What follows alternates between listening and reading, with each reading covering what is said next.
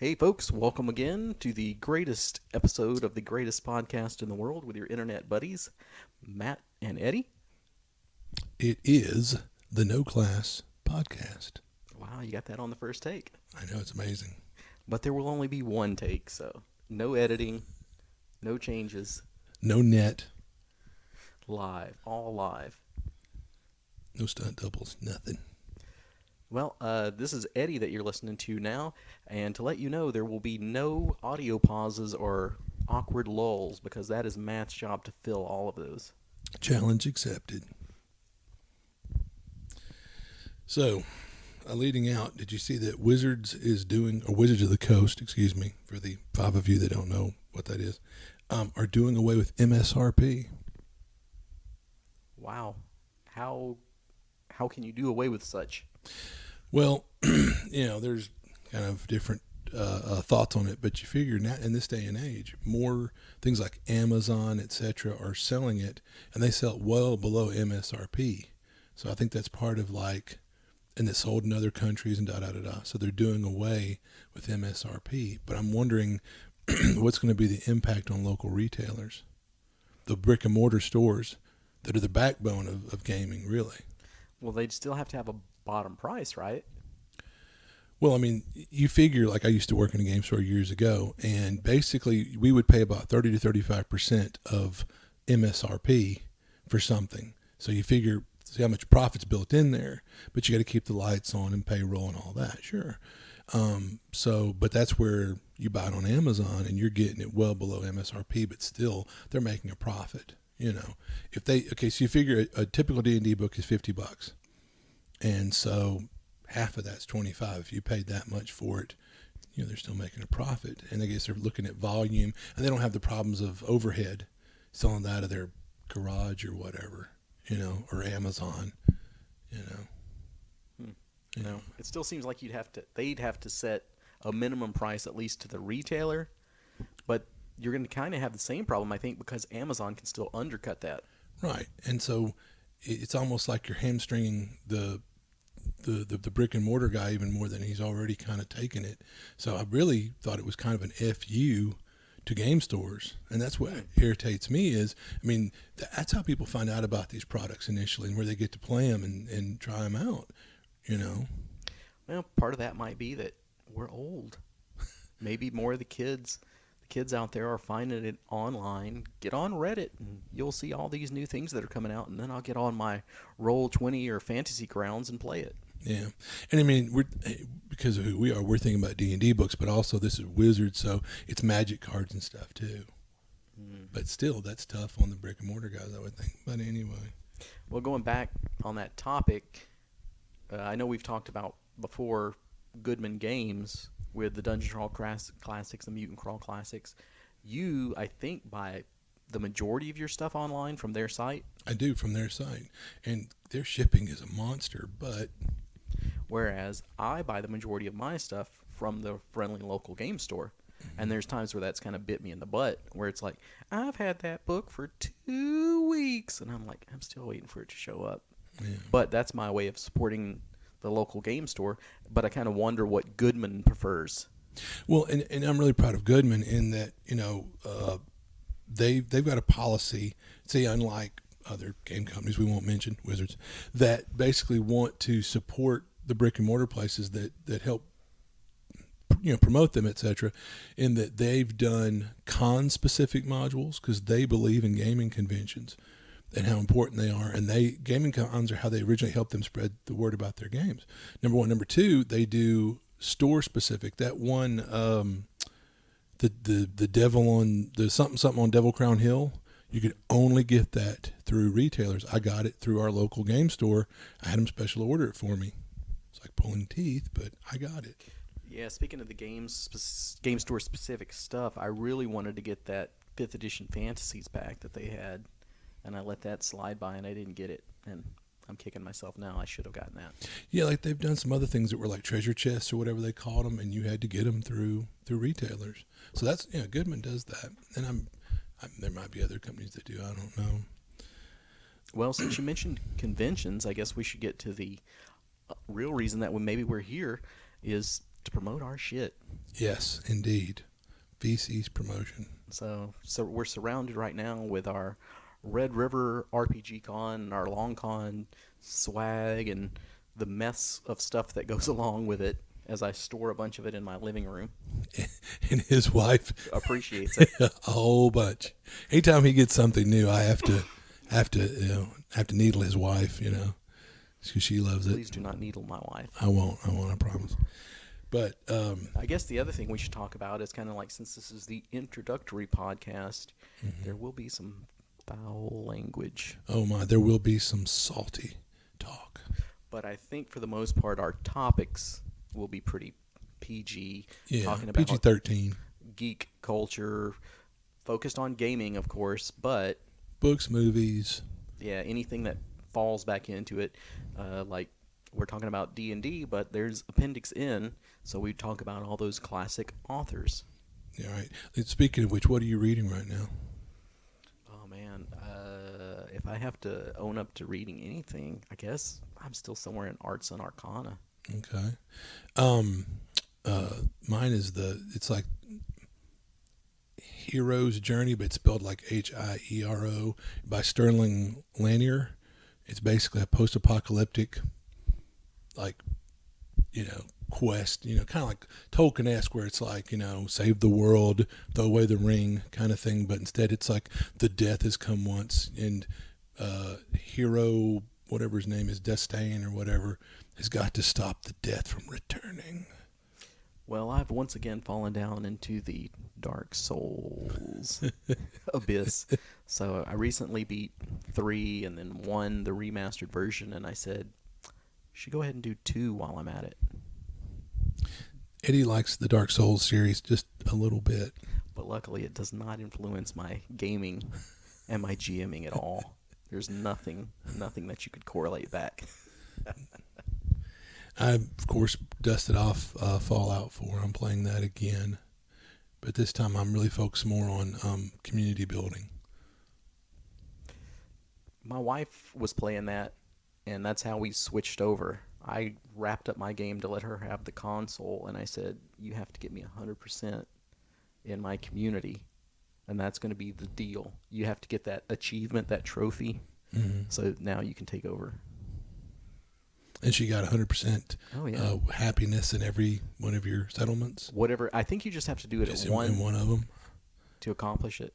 Wow, I'm going to have to look at some cheat kind of thing or whatever, because, they've got the gymnastic horse, the weight bench, the haircut station, ample security. For me, it'd be like that big concrete wall with tripod guns all over it would make me happy, but apparently that's not enough. Well, we're recording this somewhere in the middle of February. We'll see when it ever comes out. But right down the road from this is Red River RPG Con at the end of April, the 26th, 27th, and 28th. We're really excited. It's at the Ramada / Clarion that's on over off close to Pine Road. We're going to have some special guests for once. We normally don't do that, but... Well, I think what people want to know is there going to be a cake? Well, it's kind of a tradition by now, but it should be a king cake, I'm thinking. That would be nice. Yeah. Special guests. Who are our special guests this year? Well, Ben Burns, of course. Okay.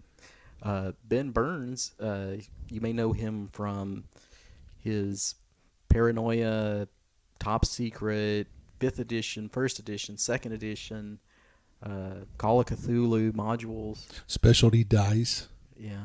Card games, board games.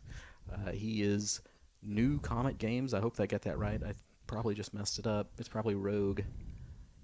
But yeah, he and she used to be Dark Cult Games, but he had to change it. But anyway, a man of many talents, absolutely.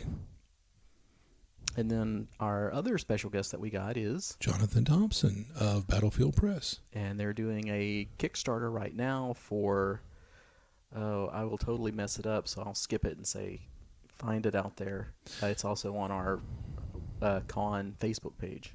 Right on. And then the last but not least guest is Louisiana, Shreveport's Oh own, yeah, Matt LeBlanc. which is, He's a Shreveport boy.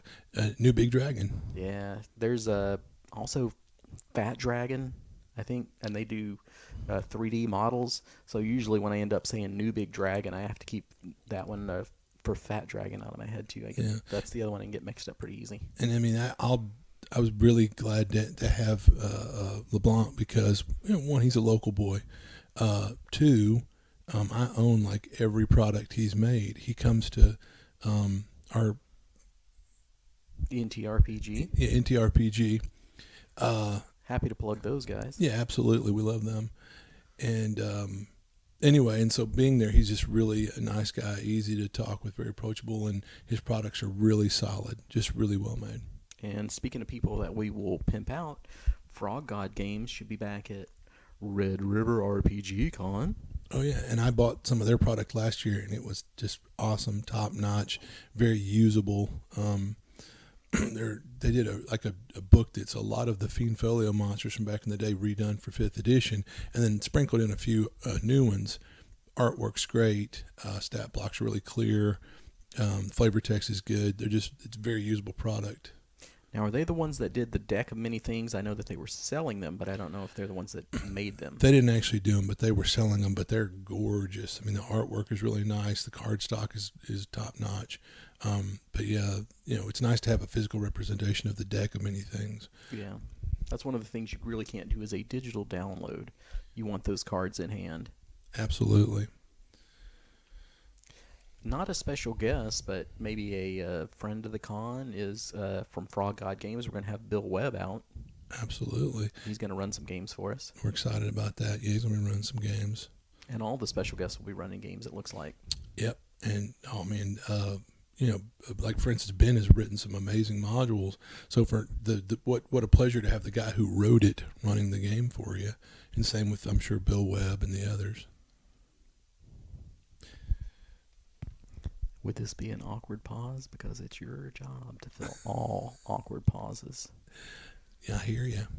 But as well as, we're excited, looking forward to Red River. Last year we had a pretty good turnout. This year we expect to have an even better turnout. We got some great vendors too. Durthans, I own one of his bags, and I bought like 3 of them. They're just really high quality, great looking. They're handmade, hand stitched, really good quality. As well, we're looking at possibly having, is it Game Store out of Ruston? Is that Southern Realms, or is that a different one? No, that's Hurek and Oh, okay. Alvar and Hurek. I think they put in, right? I mean, submitted They've applied, so you don't get any plugs until you pay. That's right. Yeah. Okay. No more plugs. Anyway. Yeah. Unless you're NTRPG or Frog God, you've definitely earned it. Oh yeah, those. Yeah, awesome. I can't say enough good things about either one. So, what games are you running at Red River? I don't think I'll run any games. I think I'll just stay home that weekend, maybe snuggle up with a good book. That's awesome. That's just great. Now, I'm doing some, yikes, I can't even think. The first one's going to be a first edition running of Temple of Elemental Evil. Classic. And that's going to be an ongoing thing. So I've got pretty much all the people from Long Con that played it are coming back for the second round, and we'll keep running it until everybody dies or loses interest or we get through it. So that could go for a while. Then I think we'll be running probably a DCC tournament. Mm-hmm. 2 tables that are playing the same adventure concurrently. Is that the right word? I mean, yeah, I think we're still working out our bugs, but the initial idea is that they'll be in the same dungeon at the same time. Will they be friends or will they be foes? Yeah, work together, work against each other, or just outright conflict. That's what we're hoping for. Duh. And then on my last slot on Sunday, I'm thinking we usually do a 5th edition Adventures League, but I'm not feeling the demand, so I may use that as a deadline to push myself to finish an MCC adventure that I'm working on, which is, I think, going to be called Carnage in the Casino. Oh, man. I can't wait to help you play test that. I'm working on it slowly but surely. And what will you be running? Well, I'm glad you asked. As usual, like at LongCon this year, my list is usually pretty heavy with DCC and MCC. And figuring that we'll have a different group of individuals, so I don't have to worry about so much them. Oh, I've already played that. I'm running Bloodbath at Allsville, which is DCC / Crawling Under a Broken Moon, and I ran that I think Friday at LongCon this year. I'm gonna run it again Friday evening at Red River, and that's generally a it's like a competition, and it's a funnel, and it's a lot of fun. But whoever I'll have ribbons or medals or whatever, like I did this year, first, second, third place, and I might try to come up with some other creative prizes or things. And is that an original adventure written by Matt Gillette? Absolutely, that's my baby. All right. What else you got? Let's see. Beyond that one, I've got. Should be right here. Oh, Malice Starport, DCC Cubum again. What are the odds? Malice Starport, I'll mention on here, for whoever's played it. But there was a Gamma World adventure that was like a pamphlet insert with the Game Master screen in like first edition Gamma World, and it was called the something something Starport. So basically, I'm going to redo it, restat it, make it my own, throw a little spice in there. But I'm redoing that old little mini adventure for the con. I'm calling it Malice Starport. And then I'm betting you have at least, well, you've got to run the other one with me. Exactly. So is that it? Or That's you got it. one more? Nope, that's seeing as we're doing that one together, that's my 3 games. Wow. So this time, those of you that have attended a previous LongCon or Red River, you may be used to me and Matt running pretty much in every session. At least one of us is running something. But this time I said we might enjoy it a little bit more if we didn't run something in every single slot. So we're kind of restricting ourselves back to 3 apiece this time. And that way we don't have to call upon other people to help as much, and we appreciate the people that have helped us in the past. We couldn't do it without you. But this is great that while one of us is running, the other one's free to put out fires. And plus, I just love interacting with the con goers and some of the vendors and things like that. I really enjoy that, and going around and shaking hands, ask people how they're doing, and doing whatever we can to make the con that much better. And perhaps even being able to play in a game ourselves, because we hear about all these fantastic games that people run that they never run again, and we miss out on them. Yeah, I won't lie. There's a couple games on the list that I'd really love to play in. I'm envious of anybody that comes to this con, because there's just going to be an amazing group of GMs and some really amazing games that I know I want to play in. And it's not to say that with us not having scheduled games in every slot, we might be convinced to do some off-list play or after hours, don't hold your breath, but yeah, it could happen. But regardless of what we do have after-hours play at the con. We don't usually schedule it, but you can post up a sign or something like that that says, hey, at midnight, I want to play this. I'll run it. I need 5 players. Or, hey, would somebody like to do this? I've got 3 friends that'll play if you'll run something for us. Yeah, and I like we this year at LongCon we demoed a mini painting session where it's like you've got some really talented people that'll give you pointers. You paint your own miniature. We provide the brushes, the paints, the miniature, and basically, there's no fee other than if you pay to come to the con and you slot yourself into that slot. First come, first serve. Yeah, exactly. But it's essentially a free miniature. We provide the paints and the brushes and all. That's awesome. And people had a lot of fun at LongCon. And we had one person, probably more than one, that discovered, happy accident, that they were pretty good painters. Yeah, for sure. And we've got a lot of people that are good at helping somebody that's new, to give them the tips and pointers and say, this is how you do it. Yeah. Another thing is people that deserve plugs from us, Geek World. Oh, absolutely. They've been doing a painting tournament contest lately. And I was thinking that might be a little something that we could incorporate into the LongCon in the future. Is Sunday morning you paint it, Sunday afternoon we judge it, and you win a little something something. Yeah, no, I like the sound of that. It just makes me think, so what's probably our number one like the marquee prize in our raffle this year, Eddie? There's a lot of cool things, but which one stands out? You're going to ruin it for me because I'm looking at it right now, but I sure can't read it. It is a Reaper Bones, and then what is that, like Mal Drakkar? Needless to say, it's like this ginormous dragon. Yeah, it's kind of a undead Tiamat. Yeah, it comes. It's like multiple parts because it's just so big. It's huge. Yeah, I'm trying to think of something to compare the size of that to. Bigger than a bread box. Yeah, I'm almost, because of the things that are laying around, I'm like, if you took about 3 or 4 of the big, thick DCC rule books and laid them together, it'd probably be about that big. It's pretty huge. And that was something that was voted on by our folks on the Facebook page to say, hey, what would be a great prize for you? Would you want, like, last year we had Gloomhaven as the big prize. Would you like to see Gloomhaven again? Would you like the big happening board game? Or would you rather have a big mini like that? And that's what they wanted. And speaking of that, we had dice bags for our previous cons. But this year the people have spoken and said, no, we'd rather have a die. So we've got custom D6s for both the Red River and Long Con. And yeah, they look gorgeous. We've gotten a lot of good feedback. The one for Red River is Mardi Gras colors, Shreveport, Louisiana, and then the Long Con one, of course, is black and red with the wax seal red emblem for Long Con. So luckily we'll have a lot of those to give out to you. Yeah, it's great. Now something to put in those dice bags. Yeah, if you got the dice bag, year 1, year 2, come back and get a die to go with it. But yeah, so I mean, Red River's going to be awesome, and then we're looking down the road to Long Con.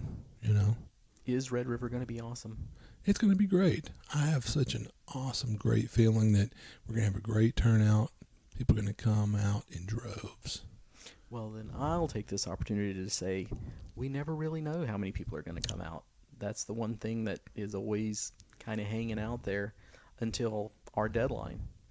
So, for example, Long Con, we didn't know until ticket sales ended. Everybody bought them the final day, and that could be the same thing with Red River. Yeah, it's kind of like the old classic saying is like procrastination is its own reward or whatever. But the thing about it is, and I think it's human nature, just people in general that want to piddle shit around to the last minute to buy a ticket. And the shame of it is they do themselves a disservice because we're not making any money off these cons. We do this because we love the games and we love the social aspect and getting together and meeting new gamers and people and whatever, and running games for new people. But anything that we do make, we've put back in. Like, we didn't have to do dice bags, but we want to give y'all something cool. We didn't have to do dice. We want to do that. We don't have to do a raffle. We want to do that. So the thing about it is, if heaven forbid we did make $1, we're going to put it right back into the con. Well, how so? Well, yeah, if people wait till last minute to buy tickets, then, we've got all this excess of money and like, gosh, what are we going to do with it? We'll fold it into the next con. Don't doubt that. But it'd be nice for that con if we sold more tickets up front or even halfway through. We could have time to reach out to some person to make ball caps, T-shirts, dice bags, as well as dice or a variety of dice or any number of nifty things, bookmarks or something. But if we sell tickets at the last minute, we don't have time to scramble to do that for you, which is what we want to do. But anyway, enough preaching. It's never enough. This is our podcast, so man, we can just hammer that into the ground. You knew what you were getting into, people. You slack-jawed, get off your ass. No, anyway. But so we won't cry too much until the 15th of March, and that'll be the very last day, and that, I guess, is when the tale will be told. I like your analogy of it's like election night. Oh yeah, no, that was Long Con this year was, and it's like, should I tell a story? I'm gonna tell it. That we love Long Con and we're excited about Red River, but like Long Con's our baby. That was like the first con we did, and we want it to thrive and explode and whatever. Anyway, I mean, tick-tock, time's marching on, days turn into weeks, months. We're looking at each other every time I'd come over to my house or I'd come over here. It was like, hey man, one of us would be stressing out, and the other one would be like, "Be cool." But we were finally towards the end, just going, well, we just shrugged our shoulders and said, I guess this is it for LongCon, because we didn't sell jack for tickets. And we thought, man, we did so well last year. I just can't fathom this. I just knew we were going to do at least as well or better. And then right then, it's kind of like talking about my analogy, like election day. You know, the all the results are pouring in. It looks like one candidate's ahead from what states have reported. You go to bed, you wake up the next morning, and the other candidate won, and you're like, what? You know, well, that was us. Was when I went to bed at 8, 9 o'clock, whatever it was at night, after I'd taken my Geritol and watched some Matlock. I woke up the next morning, pick up my phone, boom, we had exploded and sold, 3 times as many tickets as we had in 6 months in like a 4-hour span overnight. I mean, on one hand, we were excited, but can you imagine kind of how frustrating that is, that to not know until the last minute if this is going to happen? Because you have to understand, if we don't sell enough tickets, I mean, we love doing this, but we're not gonna take a bath. You know, you gotta meet us halfway. Yeah. So, we don't want to be just an advertisement here, but the podcast is probably not our thing. I don't think we're going to blow up and be internationally loved for the podcast. But if it's another way to promote the con and keep it happening for you, that's what we want to do. And really, like Matt said, we don't make cash off this. I'm not exactly sure why we're doing these cons. There's just something about us that I think we like to spread the love of the game. Masochists. Nah, I think we're magnanimous. I like that better, yeah. We're spreading the love. Love of the game, man. Love of gamesmanship. And there's really nothing better than being that person that has introduced somebody to the game. I mean, reading the we have our GMs from our cons. We recently asked them some questions and tell us about how you got in games, your love of the game, this, that, and the other. It was so great to hear that Laurelyn, who is a phenomenal role player and a great, just awesome game mistress or whatever, and to think that my game was her first game and I helped plant the seed, and you know, oh man, that feels awesome. I love that. And so she's brought a lot of joy to people through her gaming or whatever. So yeah, it's kind of, if you look at like the college coaching tree or whatever, that's kind of what I do for us too. It's like, wow, I got that group started gaming in DCC, which is really Matt's baby. I got them started over in Tyler and kind of encouraged them, and that grew into a big thing. And now it's like all the people over there that I got started have now got other people started, and then those people get people started, and it's pretty kick-ass. Yeah, absolutely. Absolutely. But yeah. All right, so we're going to go ahead and wrap it up because we could talk all day. Not me, but... Yeah, not Matt. He's the quiet one. So we'll go ahead and sign out with our famous sign out. Bye. See ya.